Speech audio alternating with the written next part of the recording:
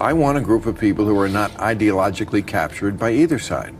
I am tired of the extremes and the extremists who dominate the debate.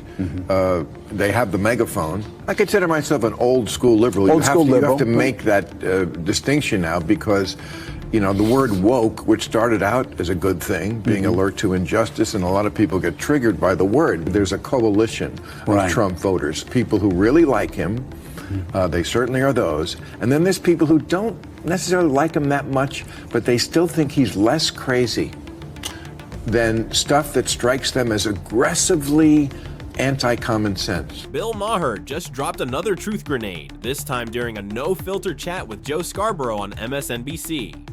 And let's be real, it didn't take long before the fireworks kicked off. In his signature unapologetic style, Maher stared Scarborough down and took a verbal sledgehammer to the network's woke echo chamber, calling out the left for going completely off the rails. The reaction, somewhere between a social media meltdown and a cultural earthquake. Think 7.5 on the outrage Richter scale. You're tuned into the place where woke nonsense meets its match. If raw honesty, sharp wit, and bold commentary are your thing, hit subscribe and get ready. We don't hold back here.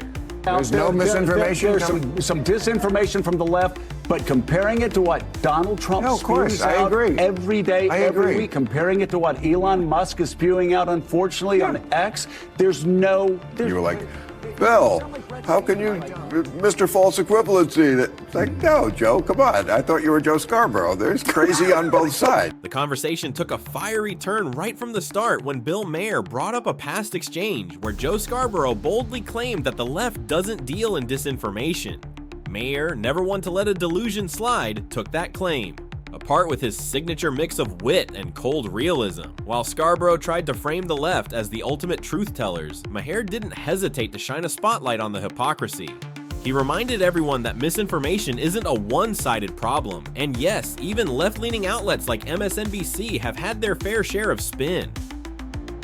Maher zeroed in on the COVID era, how the messaging kept shifting, how opposing voices were muffled, and how what was presented as settled science often felt more like political messaging. But Maher didn't stop at calling out the media. He went deeper, criticizing the self-righteous culture that enabled this selective censorship in the first place. His blunt honesty landed hard, and Scarborough's reaction said it all. Caught off guard and clearly uncomfortable, like someone who just realized the room wasn't laughing with him. I changed, you know, people do. Or have things changed, and it's mostly things.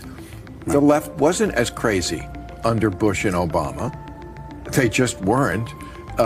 And I was not going to hold my tongue. Maher tackled a criticism he's heard time and again from progressives, the claim that he's the one who's changed. But true to his signature unapologetic style, he fired back with conviction. I haven't changed, the left has. And looking at the broader cultural shift, he might just have a point. There was once a time when being liberal meant standing up for free expression, questioning power, and encouraging open, thoughtful debate. Maher was at the forefront of that wave, but the modern progressive movement seems to have veered off course, trading open-mindedness for outrage and intellectual curiosity for ideological purity. What once was a fight for freedom now often feels like a performance of moral superiority, leaving little room for dissent or dialogue. You know, college kids marching for Hamas? Don't tell me there hasn't been a change. Right. And the victim culture, the cancel culture. I will say this, though. As far, listen, I agree. There's been a change on the left. What once began as a movement for progress and inclusion has slowly morphed into a contest of outrage, where being the most offended is seen as a badge of honor.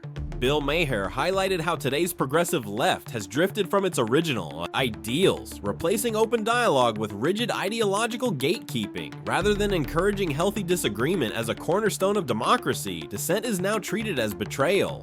The culture around identity politics and ideological purity has become so intense that even lifelong liberals like Maher himself aren't immune to backlash. Nuance is no longer welcome. Instead, there's a growing pressure to conform, toe the line, and avoid saying anything that could be interpreted as controversial, even if it's meant to spark honest conversation. I consider myself an old school liberal. You have to make that distinction now because, You know, the word woke, which started out as a good thing, being alert to injustice, and a lot of people get triggered by the word. I still remember when being woke meant something powerful, something noble. It was about standing up for fairness, for equality, for the basic dignity of every human being. It was a word that brought people together, a banner we could all march under in the fight for justice. But somewhere along the way, that meaning was lost. The word was co-opted, reshaped by extreme voices who've turned it into a tool, not for progress, but for control. Now, instead of sparking meaningful conversations, it often shuts them down. That's what people like Ma are resisting, not the pursuit of justice, but the way righteousness is being twisted into a performance. Because when language becomes a weapon and every disagreement is labeled immoral, we lose sight of the real battles that still need to be fought.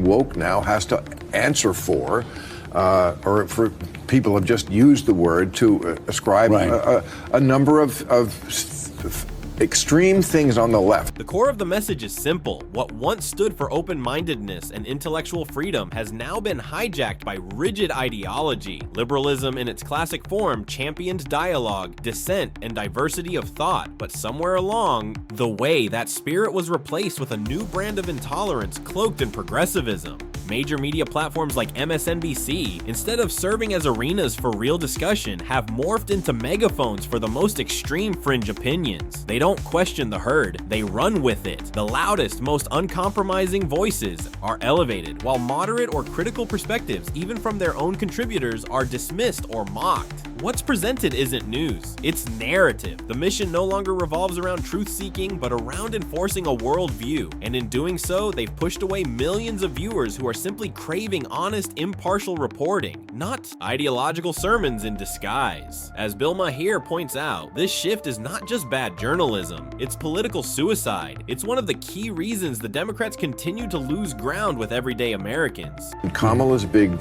I think, challenge here to win over the undecided voters is to convince them that she's not part of what they suspect she might be, sort of a stealth version of the worst excesses of the left. Surprisingly, Kamala Harris never made any serious effort to step away from the extremes of the progressive left. Instead, she placed herself right at the heart of it. Rather than acting as a steady, centrist voice during turbulent times, she leaned fully into the ideological storm. From championing policies that allowed biological men to enter women's spaces, including sports and restrooms, to echoing some of the most polarizing social agendas, Harris didn't just divide conservatives, she puzzled centrists and even rattled some members of her own party. While the nation faced critical challenges, skyrocketing crime, inflation, and an increasingly fragile border, Harris often responded with ambiguous statements, symbolic gestures, or complete silence. At a moment when the country needed grounded leadership and practical solutions, she chose the path of identity politics and political theater. It wasn't leadership rooted in principle or purpose. It was performative, partisan loyalty, and the ripple effects of that choice were felt deeply from state capitals to struggling neighborhoods across the country.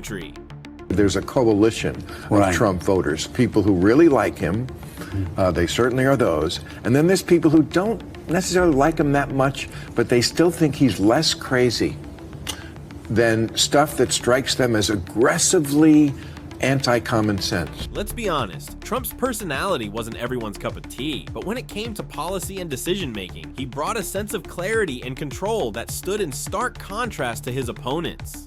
His leadership focused on fundamentals, boosting the economy, strengthening national security, securing the borders, and pushing for energy independence. Love him or dislike him, one thing was certain, Trump didn't hide behind vague statements. His stance was clear, bold, and unwavering, and for millions of Americans, that kind of directness wasn't just refreshing, it was exactly what they were looking for. That's not just how he won, it's how he dominated. They just want her to say, look, I get this about the blue team, and it's on my to-do. While Kamala Harris leaned into safe rhetoric and vague promises, Donald Trump built his legacy on bold decisions and tangible results. From landmark tax reforms and sweeping deregulation to groundbreaking peace agreements in the Middle East, his actions spoke louder than any campaign slogan. He didn't sugarcoat issues, he confronted them head-on. Whether people loved or hated his words, many respected his unwavering stance and clear prioritization of American interests. On the flip side, Joe Biden appeared uncertain, often faltering in speech and surrounding himself with ideologues rather than solution-driven leaders. Even critics like Bill Maher began to acknowledge that beneath the chaos, Trump's footing was stronger and more results-focused. And when voters were faced with real-world consequences, they remembered who had delivered. Meanwhile, media figures like Joe Scarborough continued to run defense for Harris and Biden, refusing to confront the disconnect that many Americans had already noticed. Very easy to say, yeah, I said that in 2019. I was in a competitive thing. Now, she did say, I think she said this was the law under Trump, too. He didn't change it. But it's very easy to say, I don't believe that anymore. And right. On that issue, she should. I wanted to ask you. Notice how Scarborough slyly looped Trump into the narrative, using a smooth rhetorical pivot to shift the blame for Kamala Harris's failures onto someone who isn't even in power anymore. It's the same tired tactic we've seen again and again. Legacy media playing the blame Trump card like it's a reflex. This is exactly the kind of disingenuous spin Bill Maher has been warning about. Whenever a Democrat stumbles in the polls or a policy goes south, Trump magically becomes the fall guy. Kamala Harris's approval nosedives must be Trump's fault. It's an intellectually lazy crutch that erodes public trust in journalism. Instead of holding Democrats accountable, networks like MSNBC contort the narrative to protect them, even if it means gaslighting the audience. This kind of one-sided coverage creates an echo chamber that suffocates honest discourse. Maher understands that progress dies in silence, and when media refuses to call out its own side, it invites stagnation. At some point, the left needs to face the music. Kamala Harris's issues stem from Kamala Harris. No amount of deflection or scapegoating will rewrite that truth. I want a group of people who are not ideologically captured by either side. I am tired of the extremes and the extremists who dominate the debate. They have the megaphone. It's a fact that many of us are growing tired of the constant political extremes, especially the far-left narrative that the media keeps pushing. Kudos to Maher for having the courage to call out MSNBC's blatant bias. In today's world, where cancel culture is rampant, it takes real guts to take a stand like that.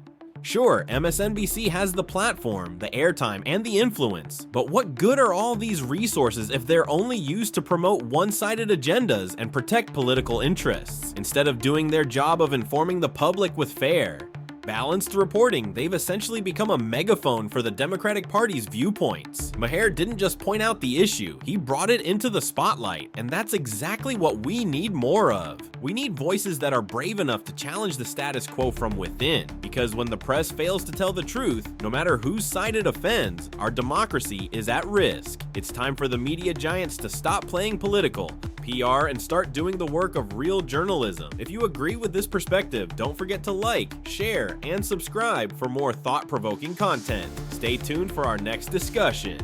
There's a middle ground there. It's very difficult. Two things can be true at one time. And they are both true Right. at one time. Right. I'm not personally responsible, but did I benefit? Yes, I'm sure I did.